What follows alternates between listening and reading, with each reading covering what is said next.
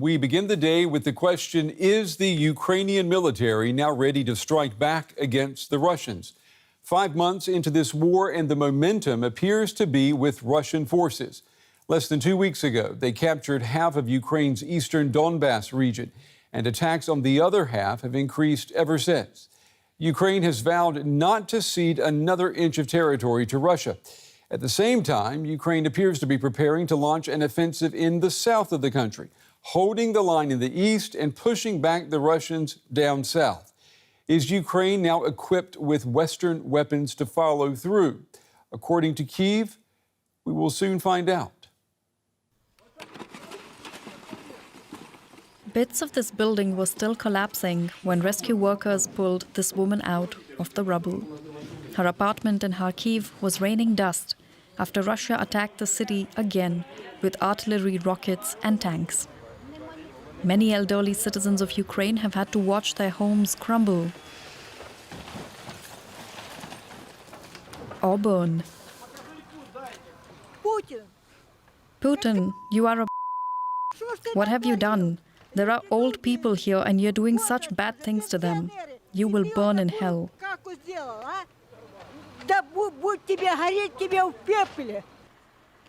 Kharkiv's schools have also been hit hard. Officials say more than 180 have been lost to the war. This one was a boarding school for children who are visually impaired. 2 of my children study here. One is 14, the other is 9 years old. Further east in the city of Chasiv, Russian rockets landed on 3 apartment buildings, killing several people. Russia continues to claim that it is only attacking targets of military value, but try telling that to those people still working through a mountain of rubble, brick by brick, in the hope of finding more survivors. Well, my first guest tonight says Ukrainians who predict a victory against Russian forces sooner rather than later are living in a fantasy. Barry Posen details what he calls weak reasoning by Ukraine and the West in his Foreign Affairs article entitled Ukraine's Implausible Theories of Victory, the Fantasy of Russian Defeat, and the Case for Diplomacy. Mr. Posen is a political science professor at MIT. Professor Posen, it's good to have you with us tonight. You know, in the past 5 months or so, I've spoken with numerous military analysts from Kyiv to London to Washington, and they've all said the same thing. If we give Ukrainians the weapons that they need, they will win. If we don't, this will be a war of attrition. Are they wrong on both counts here?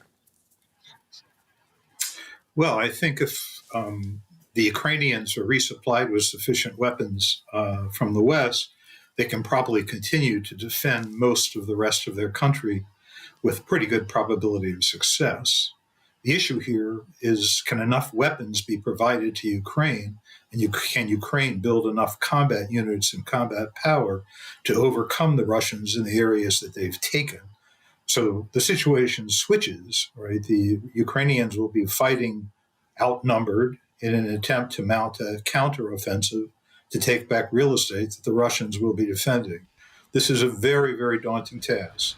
Not impossible, but very daunting.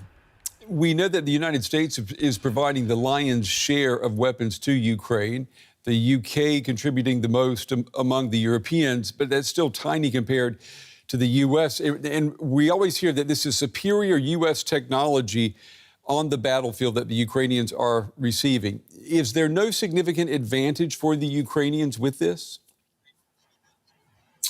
Well, so far, much of the technology that's been provided has been in the form of anti-armor weapons, and they've been very good anti-armor weapons, weapons that allow Ukrainians to kill tanks at very long ranges. And by the way, the Ukrainians built some excellent weapons of this kind themselves.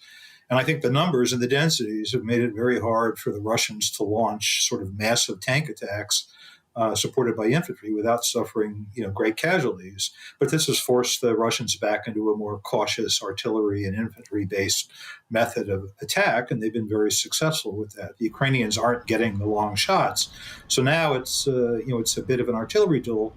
And the West built some good artillery and good artillery command and control and sensors, but the numbers that the Russians have on the battlefield are really quite striking, and they have plenty of ammo. Whether the ammo is good ammo or not is another question, but they have plenty of it, and they're willing to shoot it.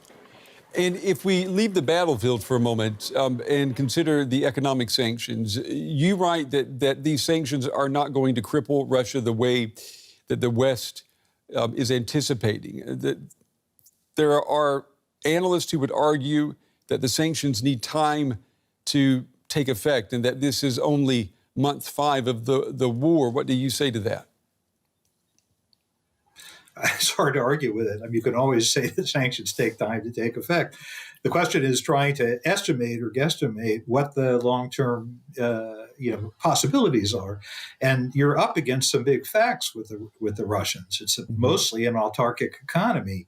It's energy independent. It has plenty of arable land. It has an industrial base. It has a big and talented population. It's a very large country. It has some allies in the world that are willing to help it. In terms of exports and imports. They're selling oil for cash and they're making good money at it. It's very hard to stop them.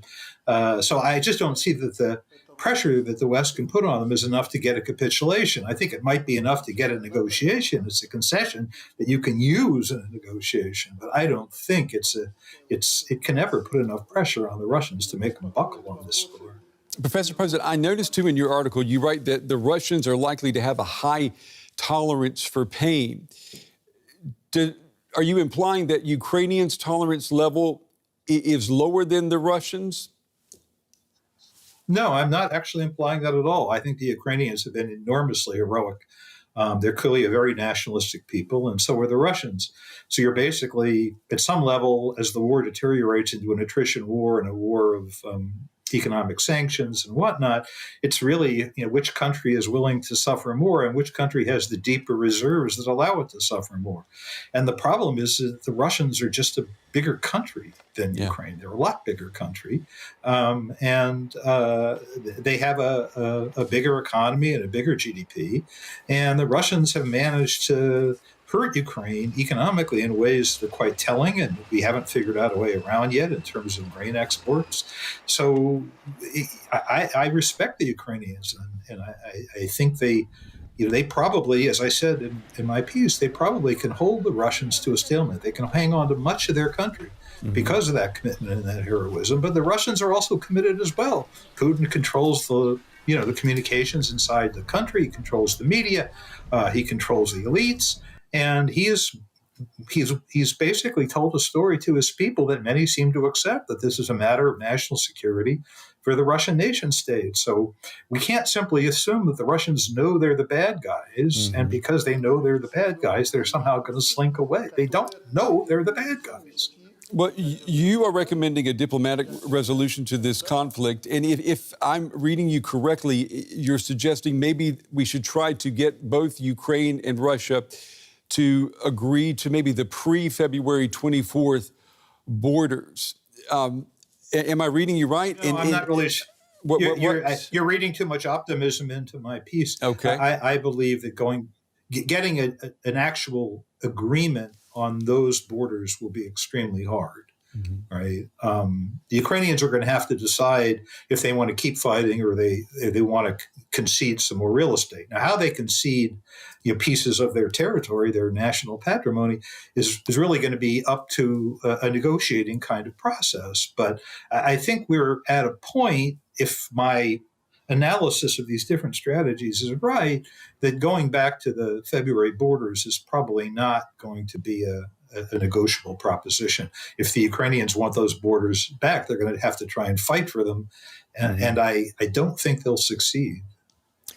Professor Barry Posen with MIT. It's fascinating talking with you, Professor Posen. And please come back, because I have a feeling this war will have some very long legs on it. There'll be opportunities to talk again. Thank you.